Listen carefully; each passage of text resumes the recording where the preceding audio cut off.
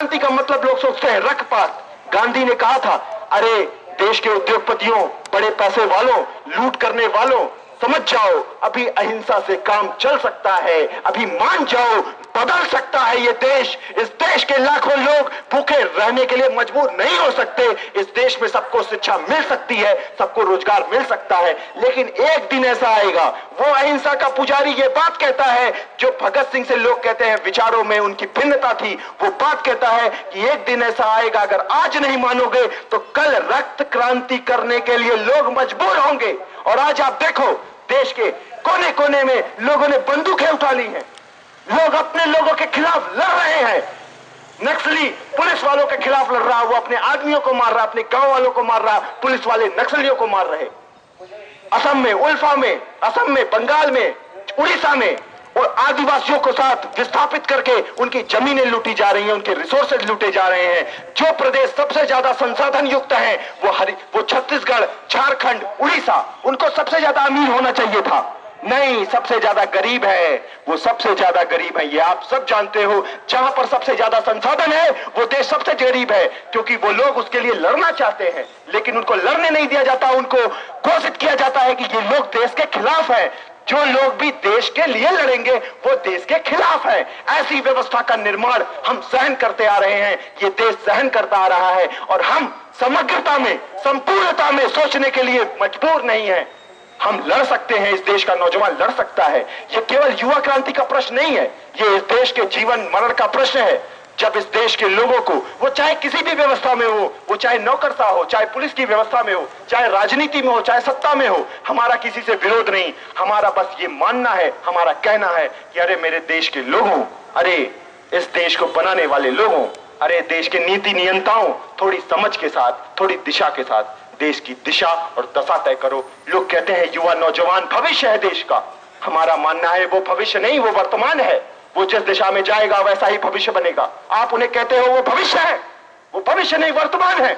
और आप जिस तरीके की व्यवस्था हो रही, युवाओं में आज क्या चल रहा, पंजाब में पूरा नौजवान अफीम की जड़ में फैला हुआ है और हम रोक नहीं पा रहे।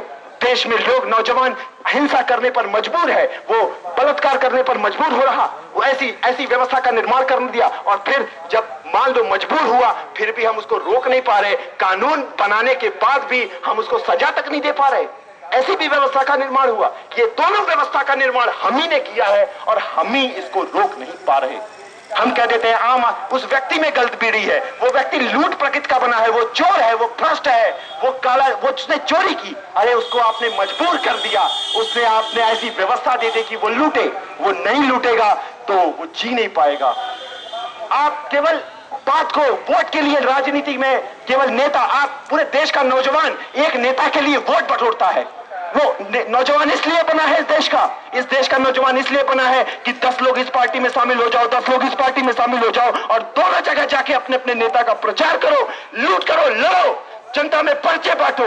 नौजवान इसलिए इस देश में नहीं बना, नौजवान बना है राष्ट्र के निर्माण के लिए, नौजवान बना है देश को आगे बढ़ाने के लिए, गांधी को सपने को बढ़ाने के लिए। तो नौजवान वही करेगा जिसलिए नौजवान बना है। आज नहीं तो कल करेगा, कल नहीं तो परसों करेगा, लेकिन करेगा।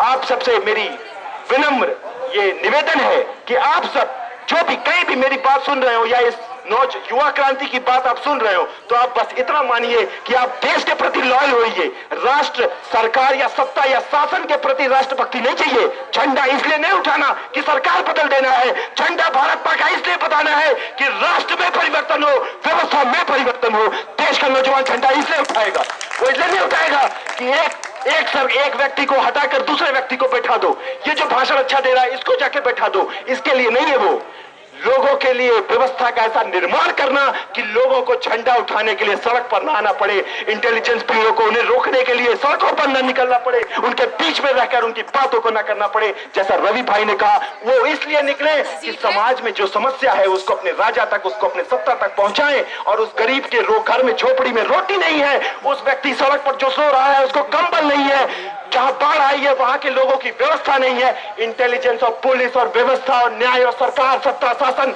हर का काम यह है कि समाज के लिए, देश के लिए। देश जमीन से नहीं है, देश लोगों से है।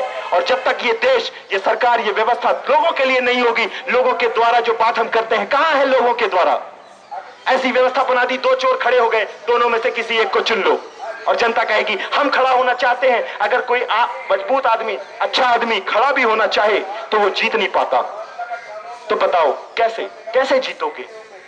जीत हो सकती है साथियों, पहले कुछ लोग आगे तो आओ। और आगे केवल इसलिए मत आओ कि आपको नेता बनना है, आगे इसलिए आओ कि आपको वास्तविक नेता बनना है, जो समाज के लिए जिएगा, समाज के लिए मरेगा और समाज को आगे बढ़ाएगा।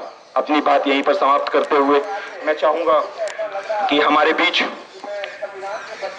श्यामरुद्र पाठक जी भी हैं। वो भाषा आंदोलन में काफी अग्रणी रहे और देश में एक लंबी लड़ाई लड़ी है निर्माण करने के लिए कि कैसे आम जीवन में जो शिक्षार्थी हैं, जो नौजवान हैं, जो लोग हैं, परेशान हैं, उनके जीवन में सुधार हो सके।